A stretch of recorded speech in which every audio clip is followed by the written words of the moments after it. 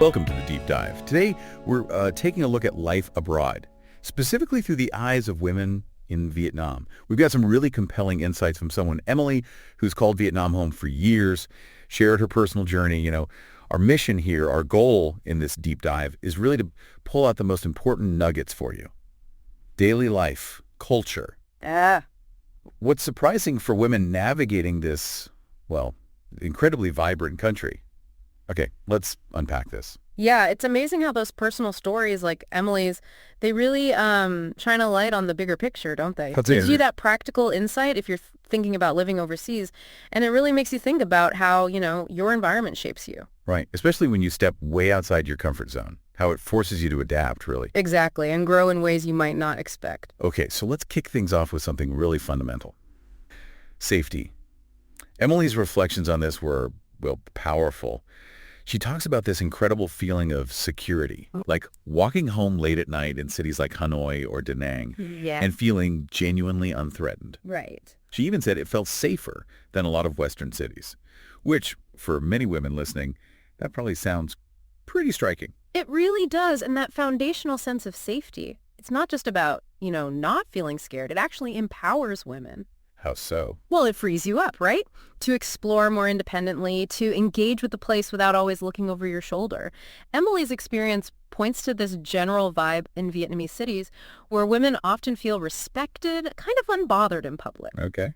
And that translates into a freedom to just be in the city day or night. It lets you soak up the culture much more deeply. That makes sense. But it's not like you forget all caution. Right. Oh, absolutely not. Feeling safe doesn't mean being naive. Emily still mentioned, basic precautions, things you do anywhere, like keeping your bag close, maybe wearing it across your body, and being aware of things like phone snatching, especially from bikes on busy streets. Standard city smarts, basically. Exactly. It's about enjoying that general feeling of security while still being mindful. Yeah. Opportunistic crime can happen anywhere. Right. Good point. So moving from that feeling of safety, let's talk about something else that shifts dramatically. Personal presentation. Beauty standards. Yes. This section, honestly, it offers such a striking contrast.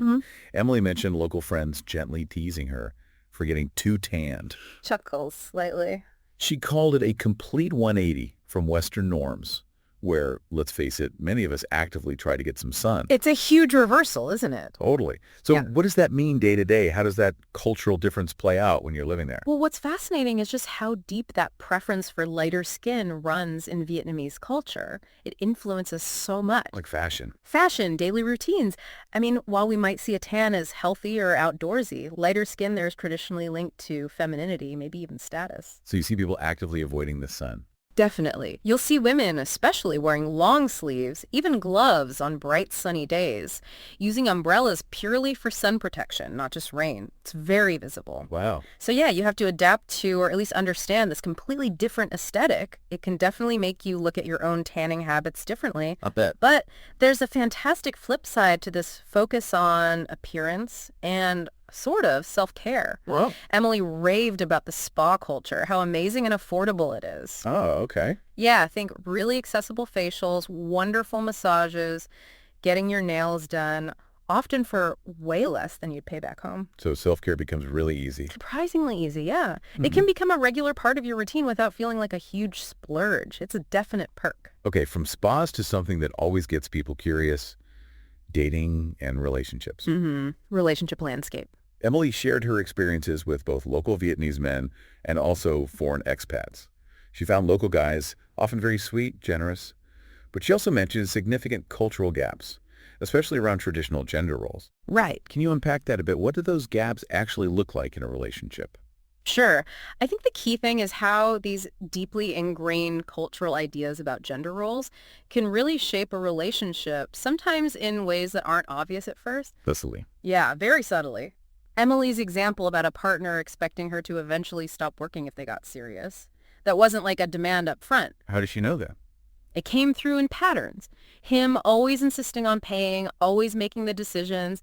the sort of underlying assumption that her role would eventually become more domestic. Ah, okay. The unspoken expectation. Exactly. It highlights a real difference in how partnership and family roles are viewed, which can be challenging if you come from a culture that emphasizes, say, individual careers for both partners more. Rooted in different cultural values. Precisely. Often linked to a more collectivist culture where family and community roles are quite defined.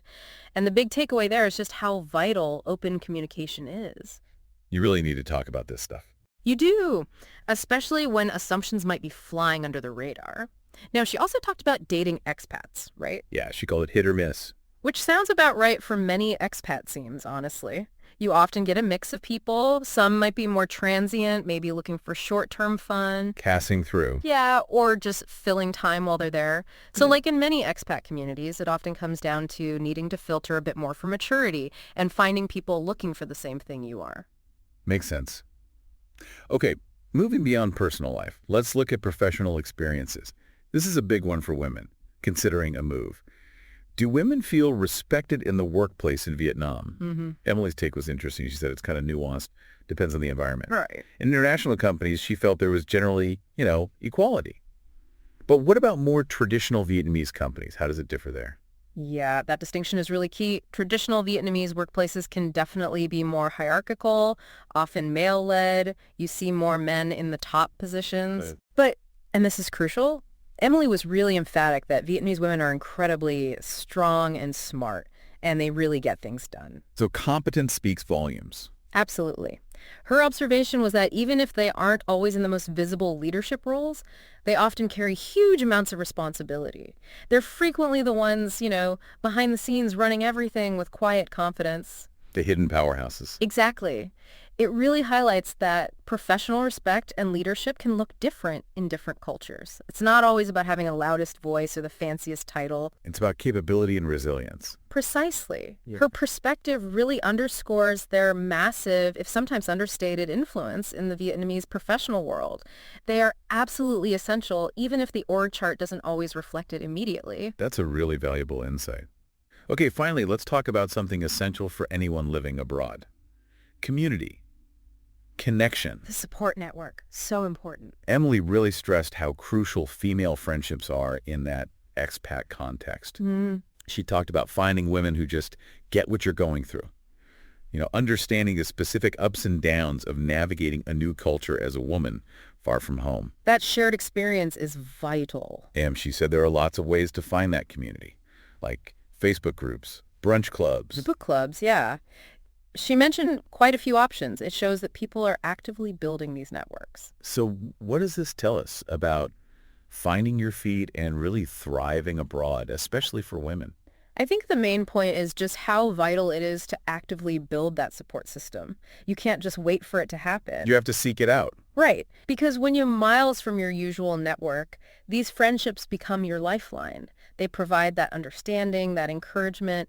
It really speaks to that universal human need for connection, doesn't it? It does. And another interesting point she made, relevant for some listeners perhaps, is that Vietnam is actually surprisingly family-friendly. Oh, really? Yeah. For women with kids? Yeah.